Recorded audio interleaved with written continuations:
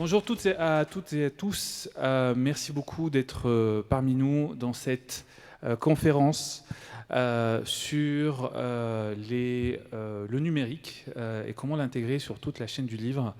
Alors, je vais vous faire une petite introduction, je ne vais pas prendre la parole. En fait, aujourd'hui, quand on parle du numérique, on ne parle pas d'un... Ce n'est plus un incontournable, c'est clairement une évidence. C'est quelque chose qui s'intègre à l'intégralité des industries, notamment celle du livre.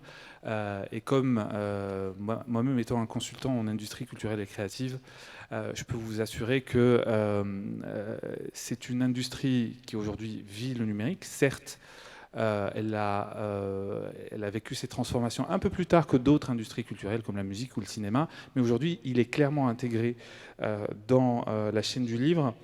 Généralement, quand j'introduis un petit peu les industries culturelles et créatives à une audience n'importe laquelle, je prends toujours l'exemple du livre parce qu'il se trouve que l'homme le plus riche du monde aujourd'hui, il a commencé avec une librairie en ligne. Donc, quelque part, il y a un vrai rapport entre le livre et le numérique qui impacte, comme on l'a dit, hein, l'ensemble de la chaîne. Ça part de l'auteur, entre les fanfictions qui se font en collaboration entre les différents auteurs pour reprendre une collection ou une série littéraire à succès, jusqu'à la librairie en ligne, la consommation des livres sur des tablettes comme celle-là. C'est là où je lis parfois quelques livres, ou sur des liseuses. Alors, je vais reprendre un petit peu les chiffres de mes collègues de Bearing Point. Sur ce qui est prévu dans 30 ans, c'est que 33% du chiffre d'affaires du livre proviendra d'activités, enfin de formats qui ne sont pas celui du papier, 20% du numérique et 13% de l'audio. Donc on est clairement en train de vivre cette révolution aujourd'hui, et comme il est très difficile pendant 1h30 de parcourir l'ensemble des questions liées au numérique, hein, ce que je disais tout à l'heure à Madame Jabet, c'est qu'on aurait pu avoir 3 jours d'état des généraux du livre, mais sur le numérique, rien que vu l'importance du sujet. Du coup, ce matin, nous allons faire un tour sur quelques initiatives. Hein. Clairement, on ne peut pas être exhaustif. Quelques initiatives liées au numérique dans la chaîne du livre. Et pour ce faire, j'ai le plaisir d'avoir autour de cette table ronde, qui est à la fois présentielle et distancielle, Monsieur Patrick Févret. Vous êtes cofondateur de goodbook.fr. C'est une plateforme numérique française de mise en relation des acteurs du livre. En ligne, Madame Virginie Clessen, qui est la directrice du patrimoine et de la numérisation du groupe Editis et la présidente de la commission du numérique du syndicat national de l'édition française, le SNE. Nous aurons, non pas en distanciel, mais en différé, Madame Audrey Perrault, responsable des communications et de la promotion des services aux membres de l'Association nationale des éditeurs du livre au Québec, l'ANEL. Monsieur Ismaël Si, le cofondateur de Bebook, un éditeur numérique au Mali. Madame Selma Jebès, directrice de la fameuse librairie El Kiteb à Tunis.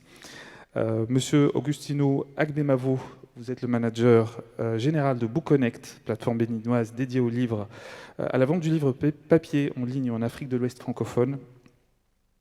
Et depuis le Québec, et à distance, Madame Mélanie Dumas, la directrice de la collection universelle aux Bibliothèques et Archives nationales du Québec. Comme vous pouvez le voir, nous allons essayer de parcourir l'ensemble de la chaîne du livre, et probablement je vais essayer de la commencer petit à petit, en commençant par le début. Mais avant de commencer par le début, je vais peut-être solliciter Monsieur Févret pour avoir un regard aujourd'hui, vous avez un regard sur l'ensemble de la chaîne, de l'éditeur en passant par le lecteur, le diffuseur. Qu'est-ce qu'on retient aujourd'hui de la question du numérique sur la chaîne du livre ?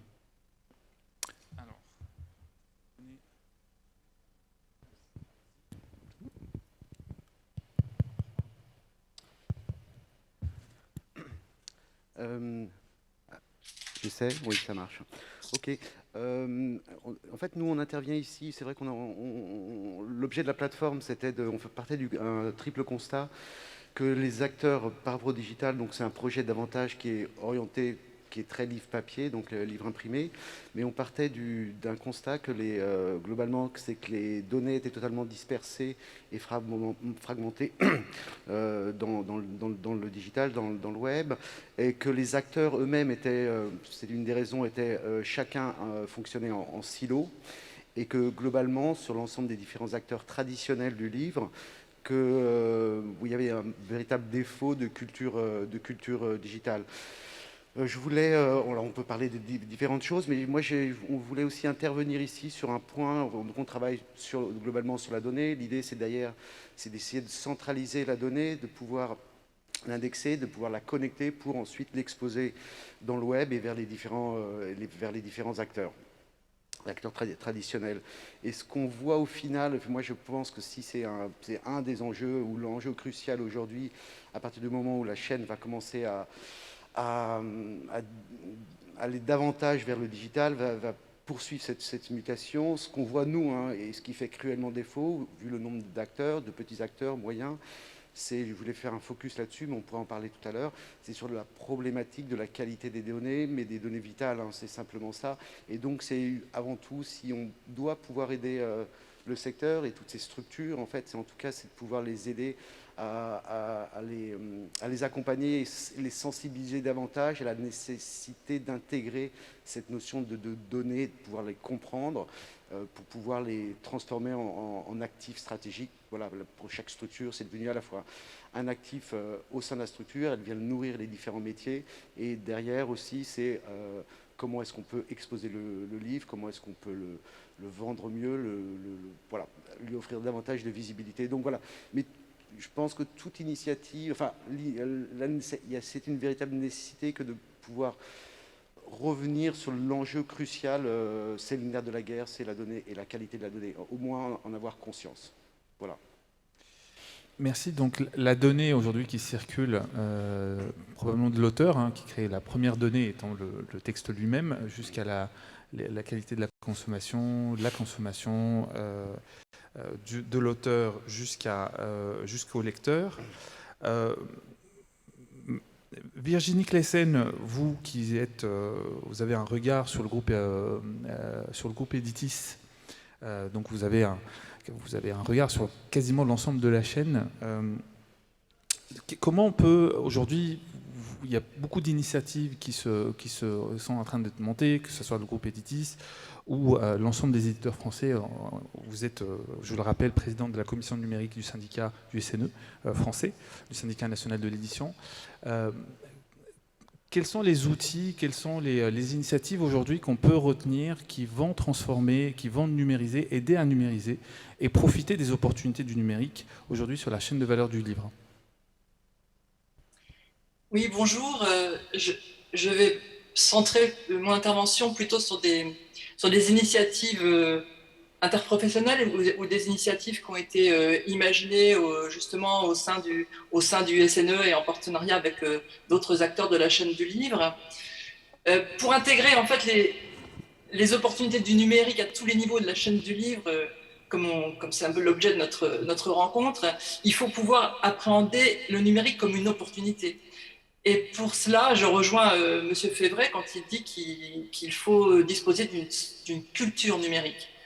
Et ça, c'est un point très important parce que c'est un saut à faire de vaincre l'appréhension pour disposer d'une culture commune. Ça ne signifie pas que chacun doit devenir développeur ou acquérir des compétences d'un ingénieur. Ça veut dire qu'il faut faire sauter quelques préjugés du genre c'est trop technique, c'est trop compliqué, je laisse ça aux informaticiens. Aujourd'hui, tous les gens qui sont, et de plus en plus nombreux, impliqués dans des métiers qui sont numérisés dans le monde du livre, ou qui intègrent une forte composante de numérique, ont réussi à vaincre cette peur, à soulever le capot, à se poser des nouvelles questions et à maîtriser pas à pas un vocabulaire nouveau.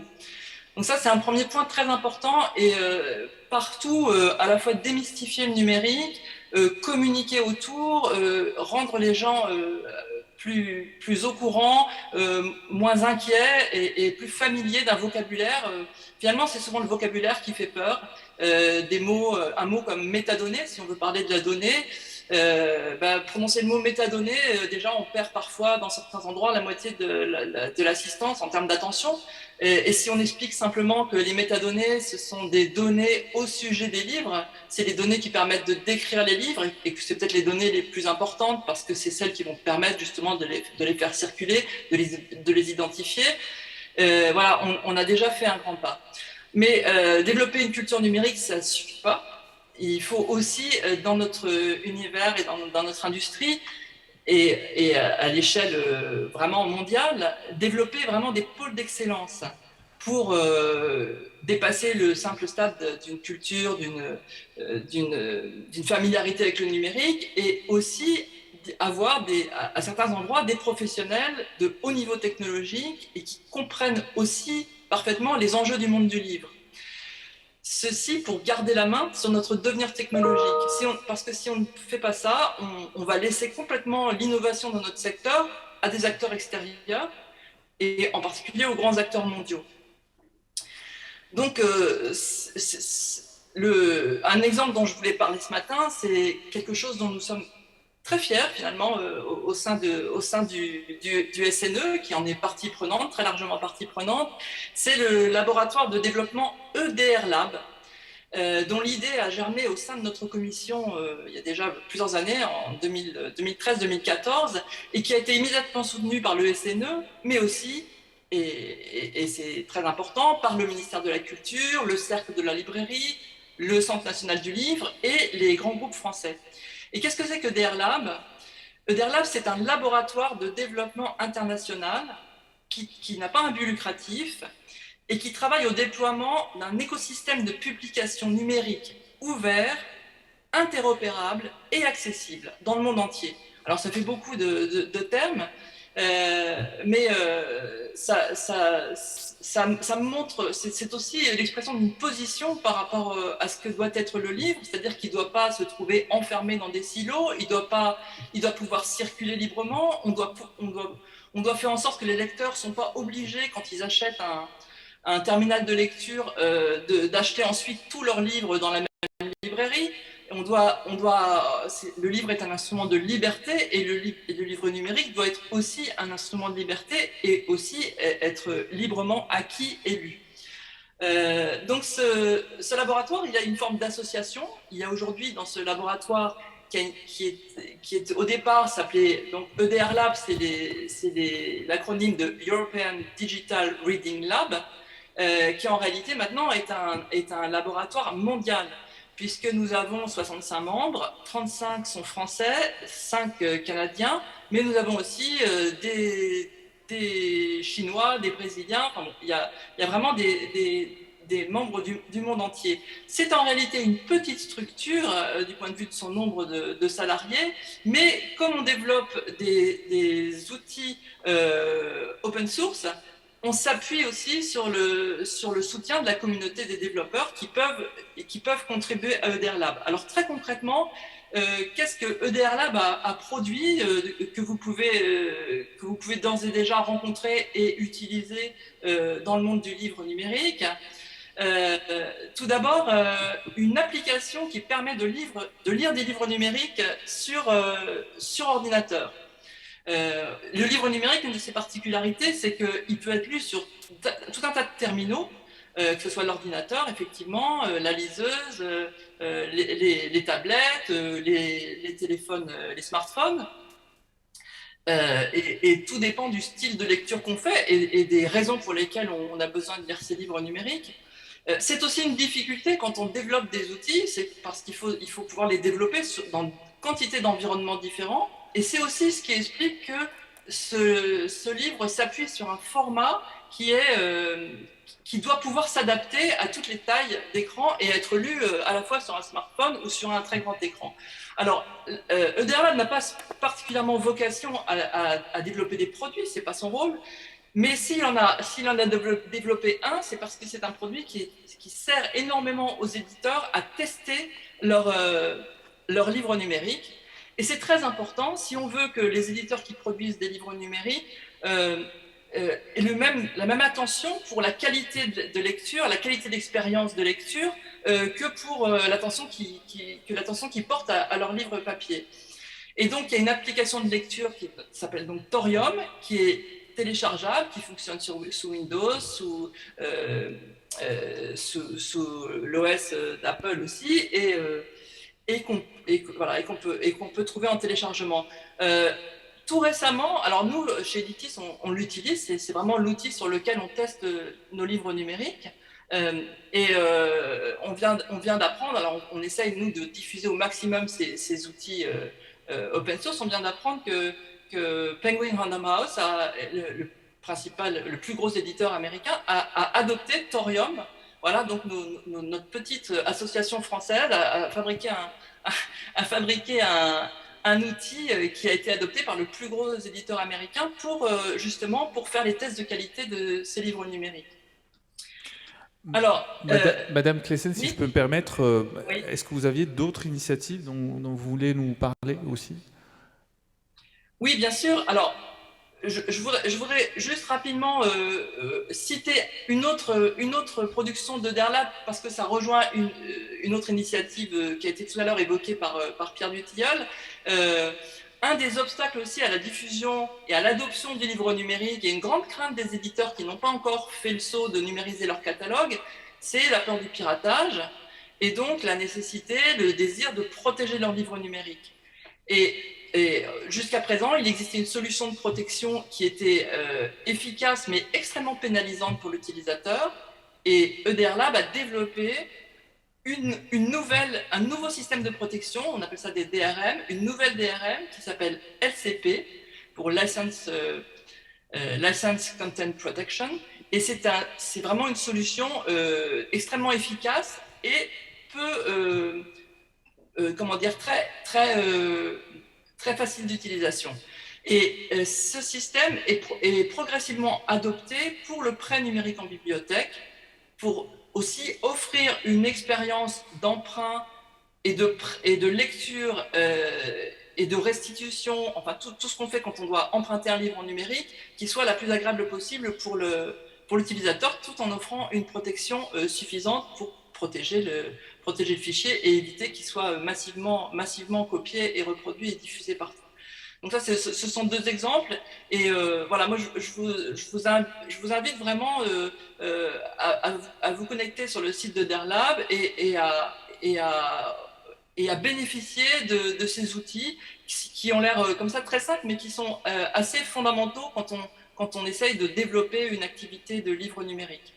Et vous pouvez également, toute entité, que ce soit des éditeurs, mais aussi tous les métiers du livre qui sont intéressés à participer aux réflexions et aux travaux de Derlab, et bien sûr en capacité d'adhérer à Derlab et de venir rejoindre ce pôle d'excellence. Justement, merci beaucoup Madame Claessens par rapport à cette présentation d'un outil très intéressant qui peut servir à la fois l'éditeur, probablement aussi la bibliothèque, en tout cas beaucoup d'acteurs sur la chaîne du livre.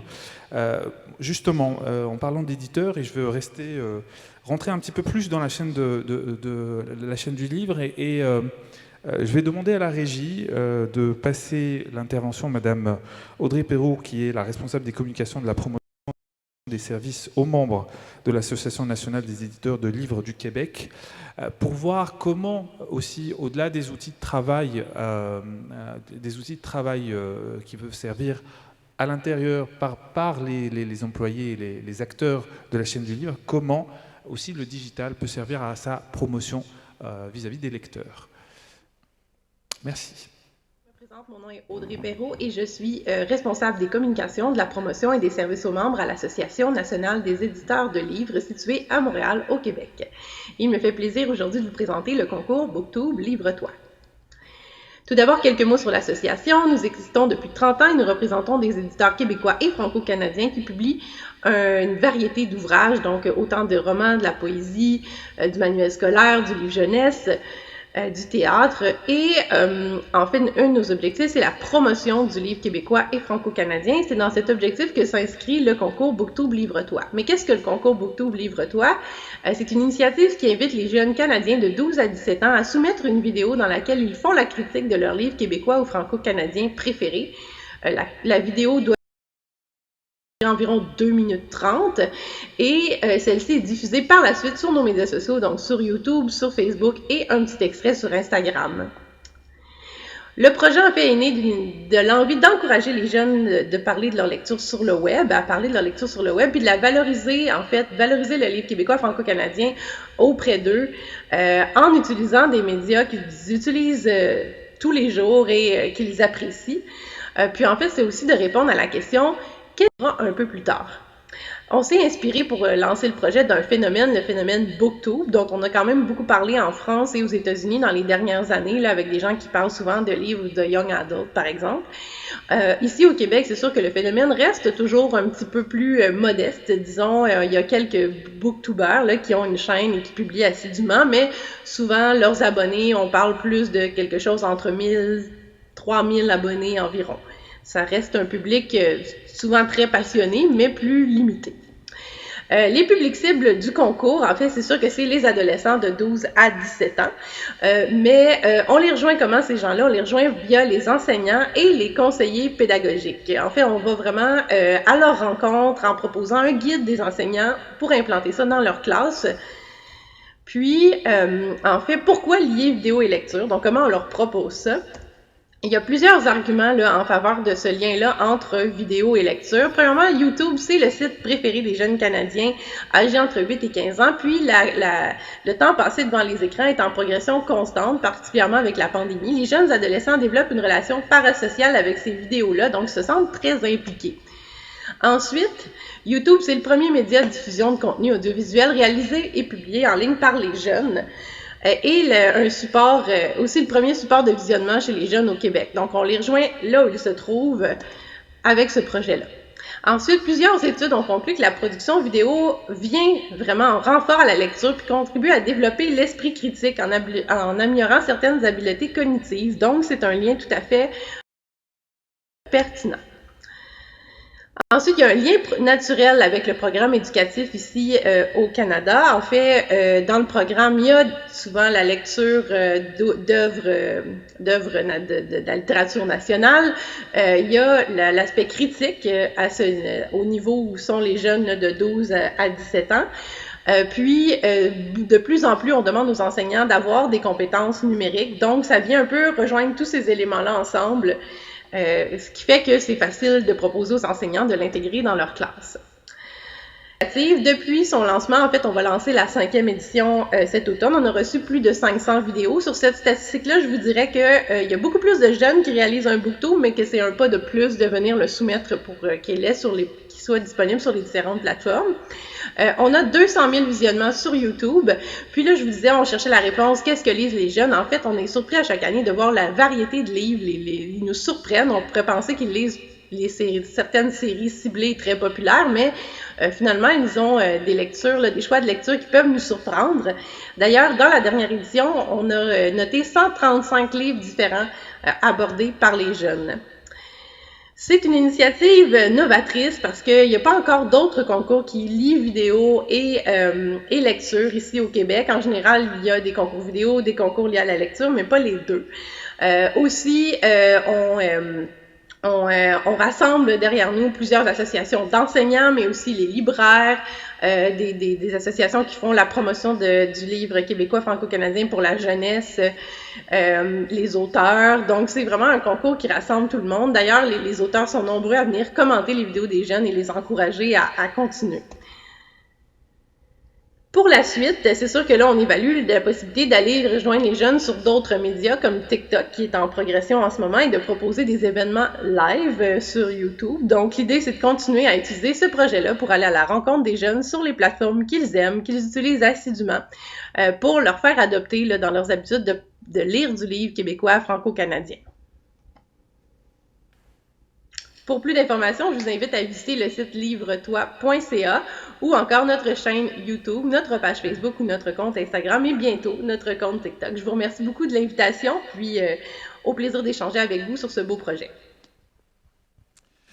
On remerciera Audrey Perrault pour son intervention. C'est là qu'on a vu l'importance du digital pour promouvoir le livre, chose qui est très importante pour un éditeur, le livre papier, mais il y a aussi le livre numérique. Et la notion d'éditeur numérique existe, et c'est là où je me tourne vers Ismaël Sy, qui est cofondateur de Bebook, éditeur numérique au Mali, pour écouter un petit peu ce que vous faites et en quoi le numérique aujourd'hui est un élément incontournable, une évidence dans votre travail. Merci, bonjour tout le monde et merci beaucoup. Je suis Aladji Ismaël Sy, oui, malien et éditeur, chef opérationnel de la maison d'édition Bebook. Bon, Bebook déjà, comme son nom l'indique, Bi, c'est en langue bamanakan, ça veut dire aujourd'hui. Bebook, le livre d'aujourd'hui. Bebook, on a créé Bebook parce que on a eu nous-mêmes, on a été victimes, nous étant jeunes, on a vu que on n'a pas été considéré du tout côté livre, côté lecture. Donc on a réfléchi et on a créé Bebook. En créant Bebook, on a travaillé, on a fait des études, réfléchi Bebook pour d'abord les jeunes Africains et pour le monde. Donc, en Afrique, principalement chez nous au Mali, on n'a pas, il y a du manque de bibliothèques publiques. Il y a du manque de bibliothèques publiques et ça pose beaucoup de problèmes. Donc, en créant Bebook, on a pensé à créer, à donner une bibliothèque personnelle à tous les aspirants lecteurs. Et c'est dans cette bibliothèque personnelle qui s'appelle Livre en partage. Tous les livres qui figurent dans Livre en partage sont gratuits. Donc, et la personne, une fois qu'elle télécharge un livre dans Livre en partage, il peut lire le livre hors connexion. Parce qu'on a pensé, on a vu qu'il y a problème de connexion chez nous, donc on peut lire des livres une fois téléchargés hors connexion. Et voilà, merci beaucoup. Il y a beaucoup de problèmes, manque de bibliothèques, manque de librairies. Donc pour cela, on a créé une librairie aussi, une librairie dans laquelle on peut vendre des livres. Les gens peuvent payer des livres. Mais sur les plateformes internationales, là où on peut payer des livres, il faut des cartes bancaires pour payer des livres. Nous, on a résolu ce problème parce que chez nous, en Afrique, ici, il y a quelque chose qui est là aujourd'hui, c'est de payer des choses avec le monnaie téléphonique. Avec les téléphones, tout de suite, tu payes des choses. Ça a beaucoup développé. Donc, chez nous, dans la librairie de Bebook, tu payes facilement les livres avec l'argent du téléphone. Et ceux qui sont hors Afrique aussi peuvent payer avec des cartes bancaires. Donc, l'éditeur et libraire numérique Bebook, 100% made, qui s'est conçu au Mali, affronte ces obstacles, tous les obstacles qu'on a eus, en appuyant sur les téléphones. Parce que les smartphones et les tablettes, c'est les terminaux que les jeunes utilisent. Donc, il ne faut pas que les jeunes utilisent seulement les tablettes, les téléphones pour aller regarder des choses qui ne servent à rien. Donc, du coup, c'est pourquoi l'application Bebook, c'est téléchargeable que sur des téléphones et que sur des tablettes. Et pour télécharger Bebook, ce n'est pas payant. Et l'application n'est pas très lourde, c'est facile à télécharger. Donc, c'est vraiment bien adapté pour les jeunes. Et pour les jeunes, on a pensé aussi à à faire des livres audio. Des livres audio pour les malvoyants, parce qu'on s'est inspiré d'une école au Mali qui travaille beaucoup avec les malvoyants et ça marche très bien. Donc, pour ce faire, on a créé aussi ce côté livre audio pour les malvoyants ou quelqu'un qui part au sport il peut bien lire en écoutant un livre. Donc ça, c'est bien réfléchi pour les jeunes africains. Donc c'est en quelque sorte, Bebook travaille beaucoup sur l'aspect aussi de diffusion. On est ouvert d'abord pour les éditeurs africains et les éditeurs africains et les auteurs africains. Donc on va publier d'abord les livres qui sont liés et qui font le lien avec l'Afrique. Même actuellement, on a 12 titres qui sont publiés et tous ces 12 titres font le lien avec l'Afrique. Actuellement, c'est des livres qui sont tombés dans le domaine public. Donc, ça donne confiance à beaucoup de jeunes de voir qu'il y a un écrivain malien du XVIe siècle qui a été publié par Bebook. Donc, après avoir lu ces livres, ils viennent chez nous qu'ils veulent payer les livres physiques. Mais nous, qu'est-ce qu'on a fait d'abord? On fait la promotion du livre. On donne la chance à ces jeunes de lire. Ces jeunes qui n'ont pas les moyens de payer des livres. Parce que chez nous, les livres, c'est pas moins coûteux. Donc, c'est pourquoi même dans notre bibliothèque, les livres qu'on va vendre, c'est des livres qu'on va vendre moins cher. Et les livres qui seront publiés pour la librairie payante, c'est des livres qui sont d'abord mis en ligne dans la bibliothèque gratuite pour que les jeunes puissent lire d'abord et après, le livre balance est automatiquement dans la librairie payante.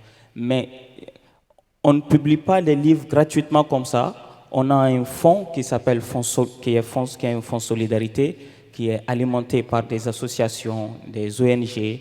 Donc, avec ce fonds, on paye, par exemple, les 200 livres qu'on veut donner gratuitement aux jeunes. Ce fonds est pris pour payer ces 200 livres pour que les auteurs, les éditeurs puissent quand même toucher les droits d'auteur, quelque chose pour que le travail puisse continuer très facilement. Magnifique. Si j'ai bien compris, en plus, il y a eu 30 000 bebooks qui ont été téléchargés en un an. En un an. En un an, oui. On a eu 30 000 bebooks qui ont été téléchargés. Et notre atout, c'est quoi? On ne paye pas de transport pour ces livres. Il n'y a pas de blocage. Le stock n'est pas... Il n'y a pas de manque de stock. En tout cas, merci beaucoup, Monsieur Si. Maintenant, on va peut-être revenir sur le livre papier. Okay. Et je me tourne vers Madame Salma Jabès. Vous êtes la directrice des librairies Al-Kiteb en Tunisie.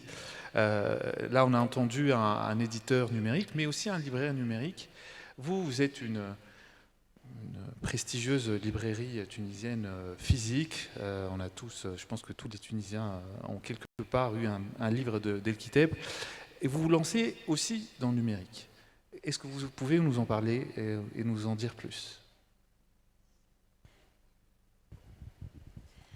Oui, donc c'est vrai, la librairie Al-Kitab, c'est d'abord une librairie qui fait du livre papier. Et moi, on m'a demandé de raconter un petit peu mon histoire avec le numérique.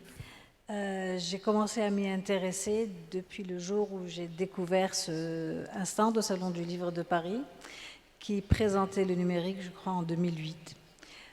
J'ai vu dans ce format la possibilité de répondre à des demandes urgentes de nos clients qui n'auraient plus à attendre la livraison de leur commande d'un mois ou deux, mais de pouvoir lire le livre qui leur fait envie immédiatement.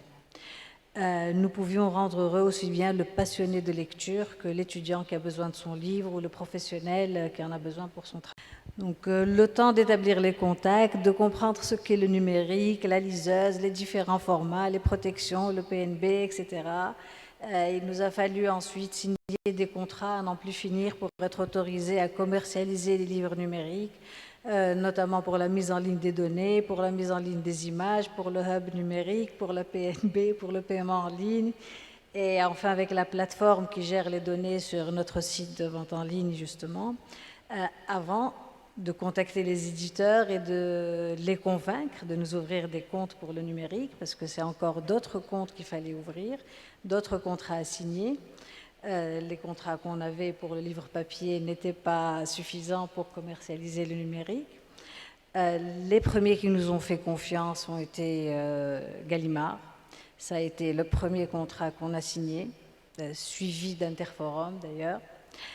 Et jusqu'à aujourd'hui, on n'arrive pas à signer avec Hachette, qui refuse absolument de nous suivre dans cette aventure. Vous voyez, on a démarré en 2008, on est aujourd'hui en 2021. Et le groupe Hachette ne veut travailler qu'avec sa propre plateforme, qui est Numilog. Donc ça nous oblige à travailler en parallèle avec la plateforme qui nous fournit le contenu du groupe Hachette. Ça nous fait 2 contrats en parallèle qu'on doit gérer.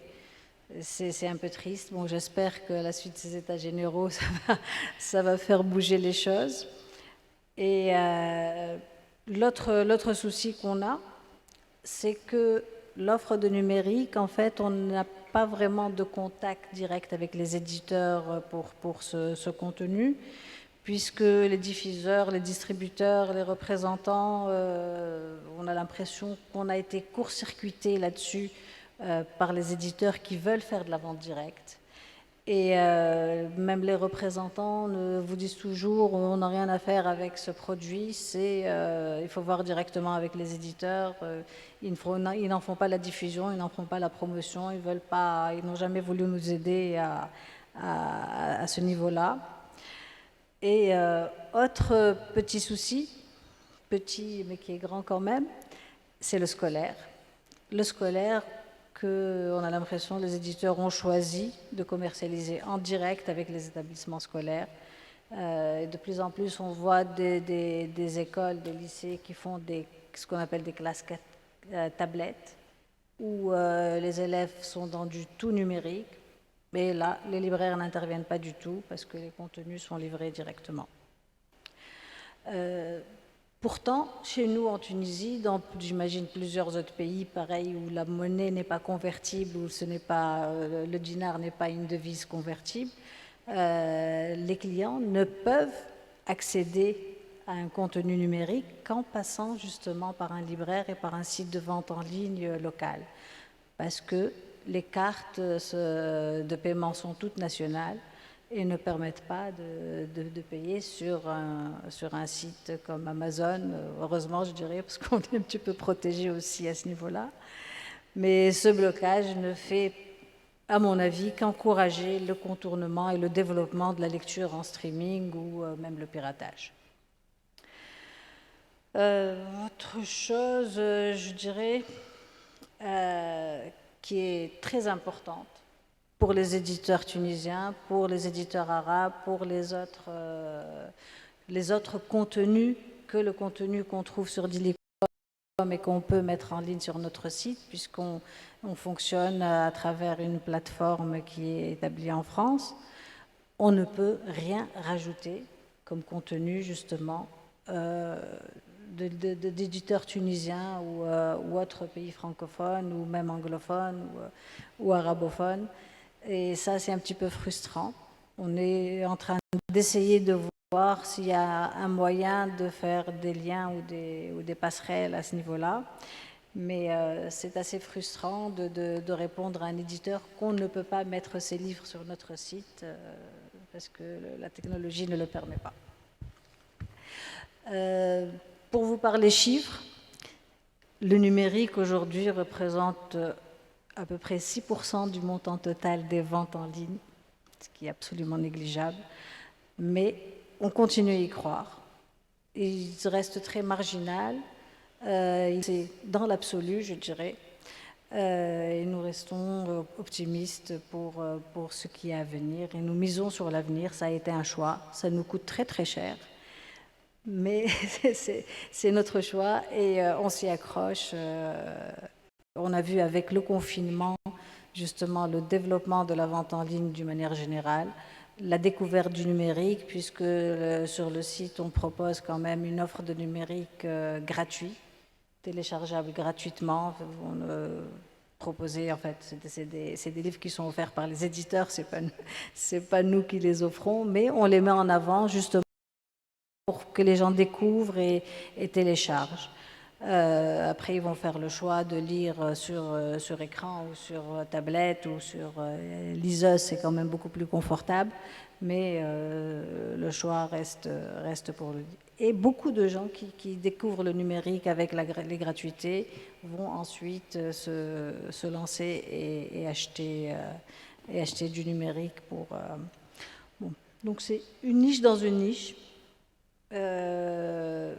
On a fait ce choix de miser là-dessus. Et je pense, comme vous le disiez au début, que ça, le numérique aujourd'hui, un e-book, c'est uniquement un livre de littérature qu'on est en train de lire. Mais comme le disait Madame de chez Editis, les contenus vont évoluer.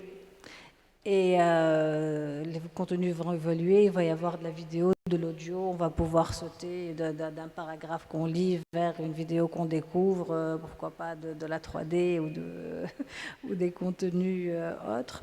Et les nouvelles technologies vont s'associer au contenu des livres. Voilà. Merci, madame. On peut continuer avec la discussion ensuite. Tout à fait. En fait, encore une fois, le numérique est un très très vaste sujet. Madame Jabès, on a parlé d'une librairie physique traditionnelle qui se tourne vers le numérique.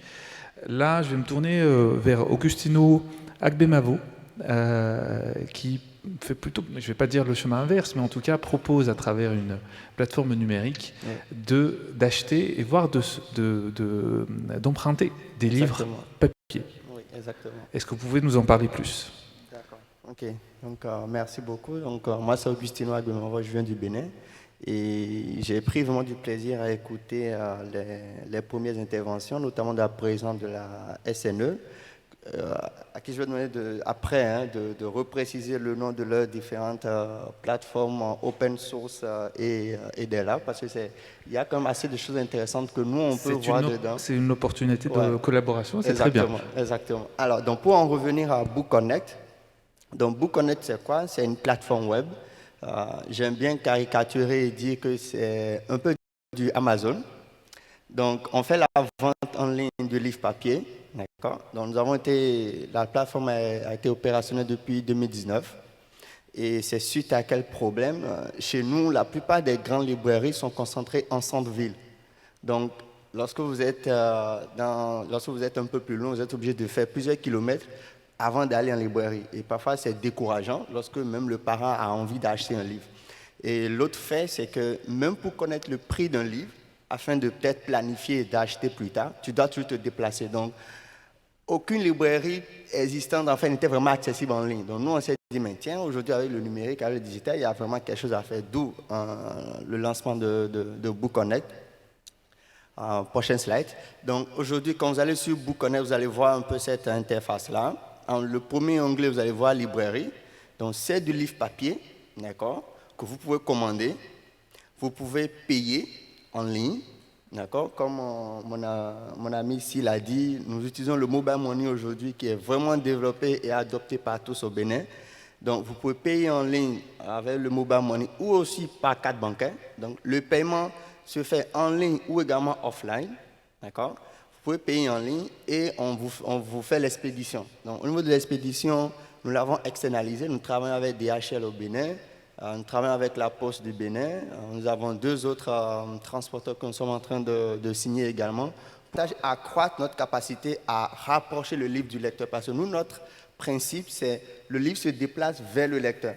On a voulu faire évoluer quand même cette chose, cette perception où voilà, chaque fois c'est vous qui allez en librairie. Mais nous, on s'est dit, vous restez chez vous et c'est le livre qui vient vers vous. Donc, ça c'est le paiement, ensuite ça c'est l'expédition. À côté, vous allez voir, il y a la bibliothèque. Donc, nous avons une bibliothèque mobile où nous faisons du prêt à domicile. Nous faisons du prêt dans des écoles. Donc, on a un tricycle, on a des étagères, donc on va dans les écoles. D'ailleurs, Book Connect a commencé avec ce projet-là. D'accord. Donc, c'est la bibliothèque mobile, en fait, qu'on a lancée en 2016, 2017, 2018, 2019. Et après, Book Connect est venu ensuite. Autre point, c'est la bibliothèque numérique.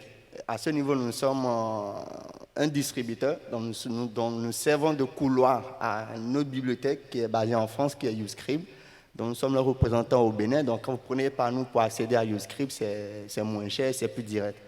Alors, l'autre chose, en termes de statistiques, c'est que BookConnect, c'est environ 1000 visites mensuelles. Aujourd'hui, nous savons que WhatsApp est le réseau social privilégié aujourd'hui. Donc, nous en avons tenu compte. Vous allez voir sur la fiche, sur la capture d'écran à droite, vous allez voir qu'il y a un bouton WhatsApp où vous pouvez cliquer et commander par WhatsApp.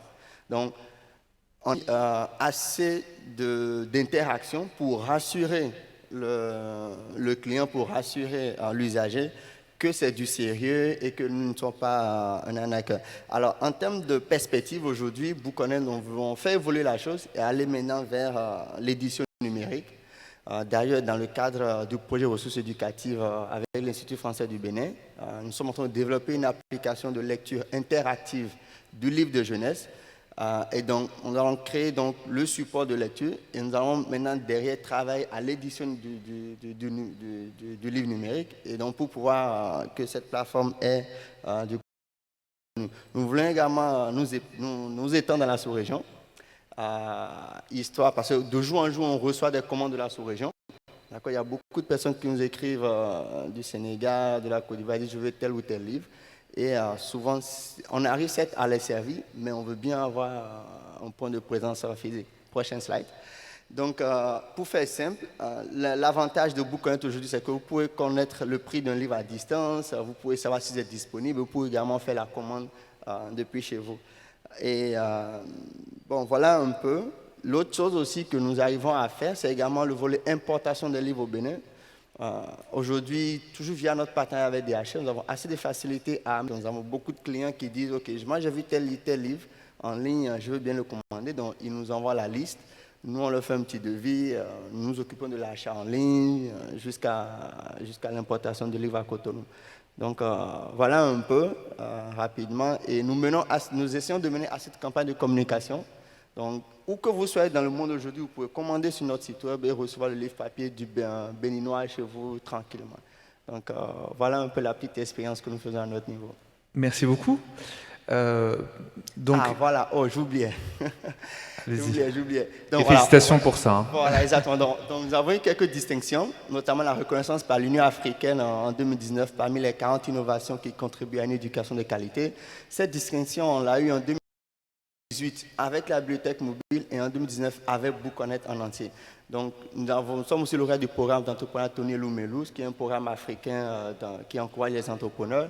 Nous avons aussi une reconnaissance nationale avec notre ministère et aussi, dernière reconnaissance, c'est la participation au sommet France-Afrique, malheureusement, qui a été reportée à cause de Covid. Voilà. Donc, voilà un peu comment cette reconnaissance que nous avons eue, qui nous encourage, qui nous motive quand même à aller de l'avant, sans oublier les clients qui laissent assez de témoignages sur Google My Business.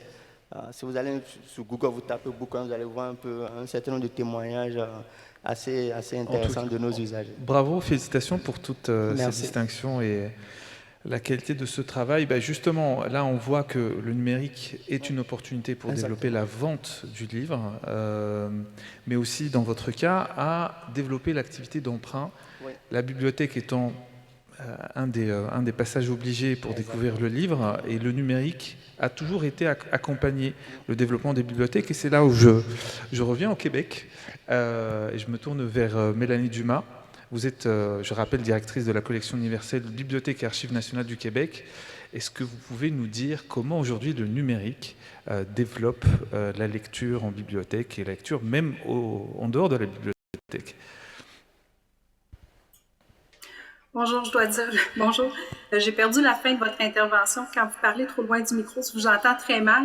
Je vais vous parler des initiatives au Québec numérique.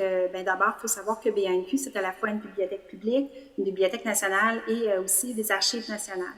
Donc, du côté de la bibliothèque, des initiatives qui touchent plus la bibliothèque publique, là, on doit dire que depuis 2005, BANQ donne accès à des bases de données et à des livres numériques pour ses usagers.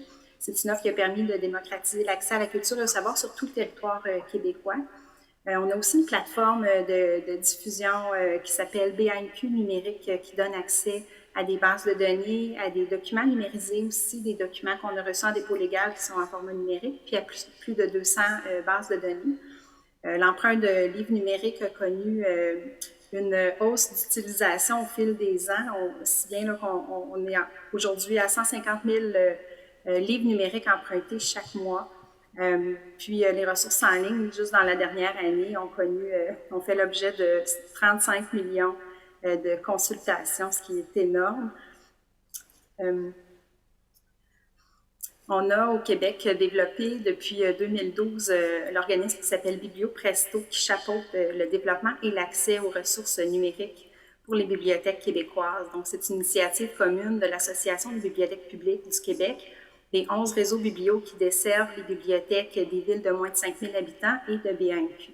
Donc, c'est un organisme qui développe et qui rend aussi disponible des plateformes de diffusion de ressources numériques, qui coordonne les abonnements en consortium aussi pour les bibliothèques, puis qui développe des outils de formation, de promotion et de médiation pour les bibliothèques. 2 initiatives de BiblioPresto qui serait important de mentionner, prêtnumérique.ca, qui est une plateforme québécoise de prêt de livres numériques. Il y a eu 13 millions d'emprunts depuis sa création en 2012, 700 000 utilisateurs à l'échelle du Québec, puis 64% des achats de livres sont des livres québécois. On a aussi Alpha Numérique qui vise l'objectif de réduire les inégalités numériques au sein de la population, puis de poser aussi les bibliothèques publiques comme un acteur important en matière de littératie numérique et de favoriser la collaboration entre les organismes. Il y a un volet qui est destiné au personnel des bibliothèques, puis un volet qui est destiné aussi au grand public. La formation, évidemment, c'est important quand on parle de ressources en ligne, former les employés, former les usagers. Donc, l'intérêt des professionnels envers la lecture numérique est variable. Il y a des outils pour qu'ils puissent bien accompagner les usagers et c'est important de bien les outiller. Donc, on développe au fil du temps des outils pour les accompagner justement dans cette transition-là vers le numérique, dont une veille qui est effectuée au quotidien pour voir l'évolution des appareils, par exemple des technologies. On a développé des formations aussi pour le personnel, donc avec 3 niveaux de compétences pour pouvoir vraiment être en mesure d'accompagner les usagers. Puis aussi, il y a du partage d'expertise qui se fait entre les professionnels. Du côté des usagers maintenant, parce que aussi il faut les accompagner. Donc, les outils, des fois, c'est pas tellement intuitif pour les usagers, puis ça peut être un frein à l'utilisation des ressources en ligne. Donc, on a des ateliers de formation sur place et à distance qui sont offerts en groupe. On a aussi, pour ceux qui voudraient se former eux-mêmes, des guides pas à pas pour apprendre à utiliser certains appareils. On a des capsules d'information aussi. Puis on a un accompagnement même personnalisé qui peut se faire de façon individuelle par les professionnels au téléphone ou par courriel. On a aussi au Québec le service québécois du livre adapté. J'ai entendu mes collègues parler de services pour les personnes qui ont une déficience visuelle ou perceptuelle. Donc, on a un centre au Québec, le service québécois du livre adapté, qui est un service centralisé qui offre des collections de livres en format DAISY, des livres en braille et également des documents numériques.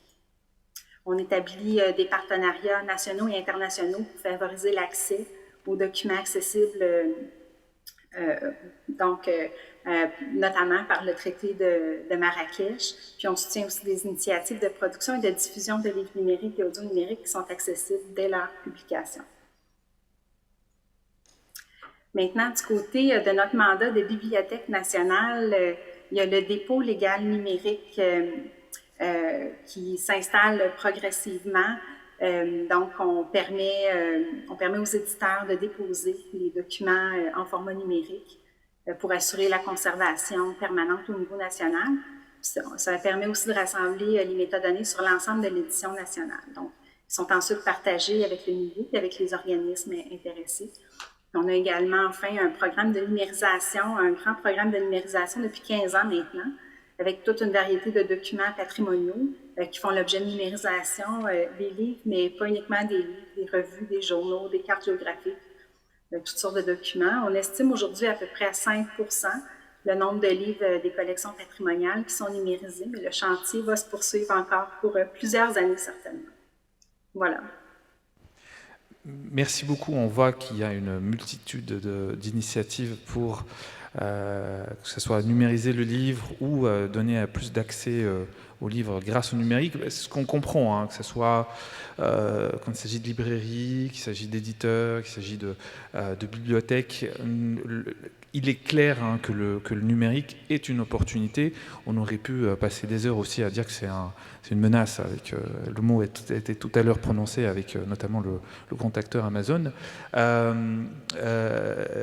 Mais aujourd'hui, on voit clairement que c'est une opportunité.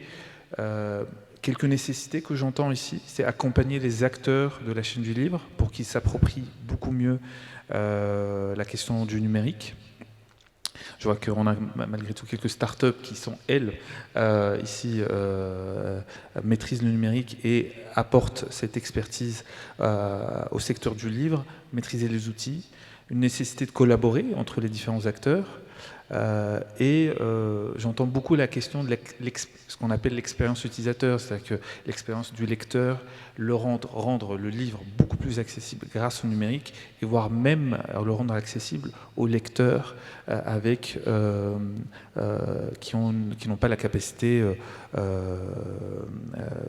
les handicaps qui les empêchent d'avoir accès aux livres papier. Notamment, Madame Dumas a fait référence à la Convention de Marrakech. Je ne sais pas, est-ce qu'on a malheureusement plus beaucoup de temps, vu qu'on doit terminer très prochainement. Est-ce qu'un des intervenants souhaite apporter des éléments supplémentaires par rapport à notre discussion? Je vais donner la parole à Patrick Févret. Alors, en fait, si tu permets, je vais demander à la madame de la SNE, là, si elle peut redire à nouveau le nom de leur plateforme, voilà, pour que je puisse... Madame Clessen, la plateforme qui a l'air d'être très intéressante, beaucoup intéressée. Je vous donne la parole, Monsieur Févret.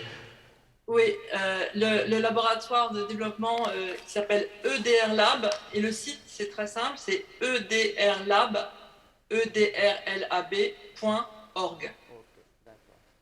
Alors, c'est pas terrible pour nos états généraux du livre en langue française, mais le site, il est en anglais, parce que le public est mondial, et voilà. Donc en tout cas, je vous félicite. En anglais. Mais il y a de nombreuses ressources dessus.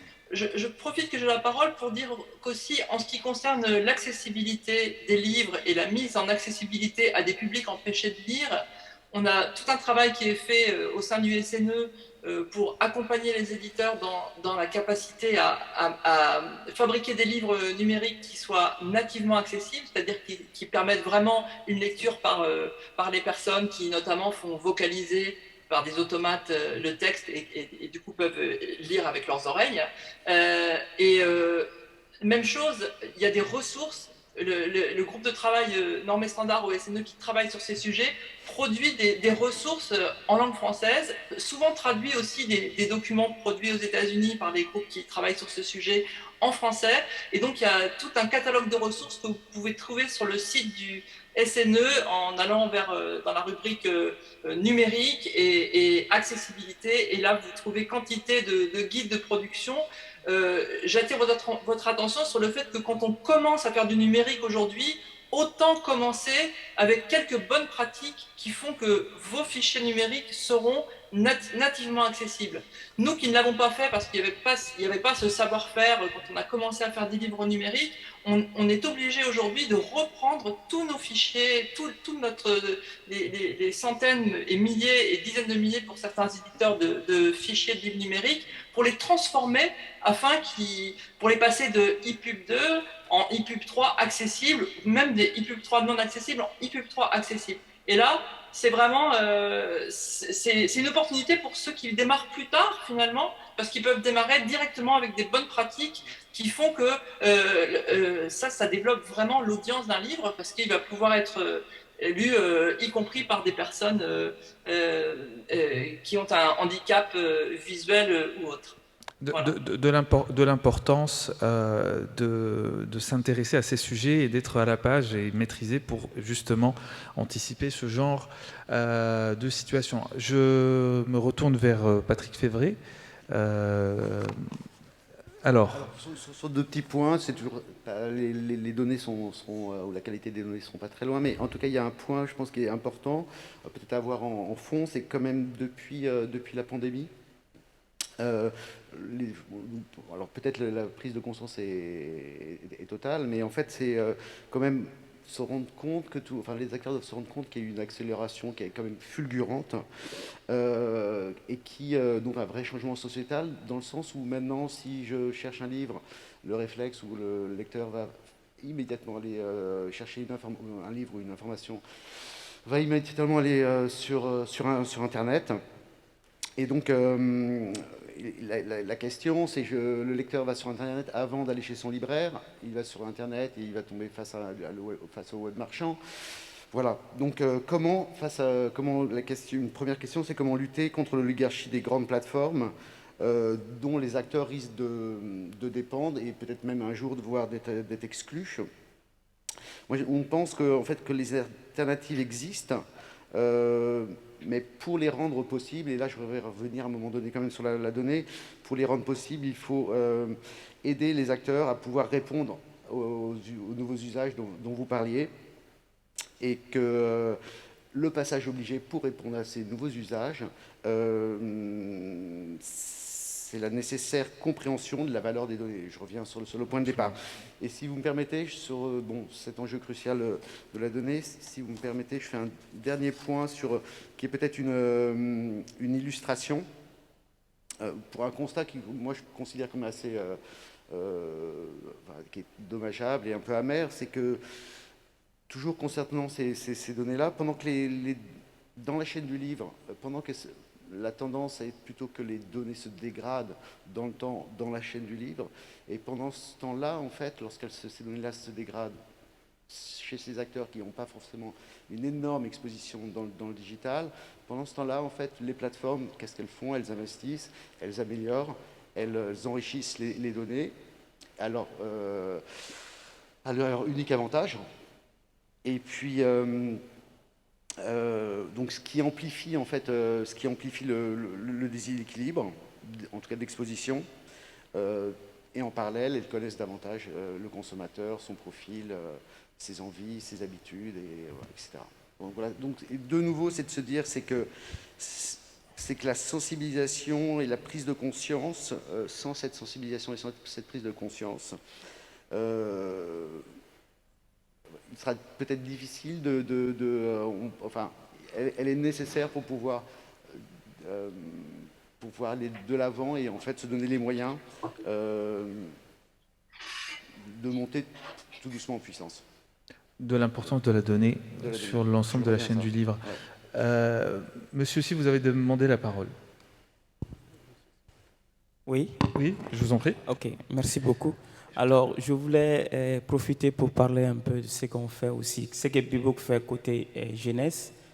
Côté jeunesse, on a un programme aussi qui est destiné aux livres jeunesse. Et ce programme, la partie gratuité a été, avec un appui de ressources éducatives de l'AFD, de l'Institut français, on va mettre en œuvre ce travail d'ici bientôt.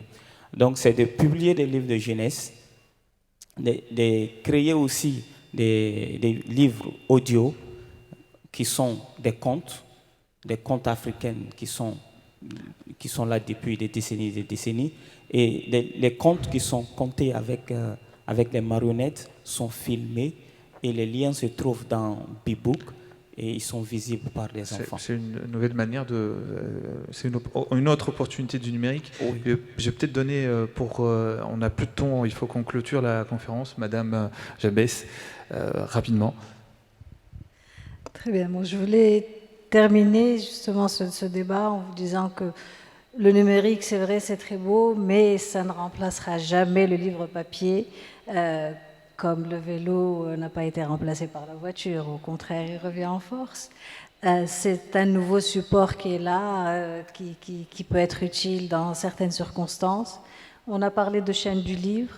Je voulais vous rappeler que le dernier maillon de la chaîne, c'est quand même le libraire qui est là pour faire du conseil, pour orienter son lecteur, et que même sous une forme dématérialisée, la place du libraire reste très importante. C'est lui qui est là pour conseiller, pour orienter le lecteur dans ses choix. Et jamais un algorithme ne pourra remplacer un libraire.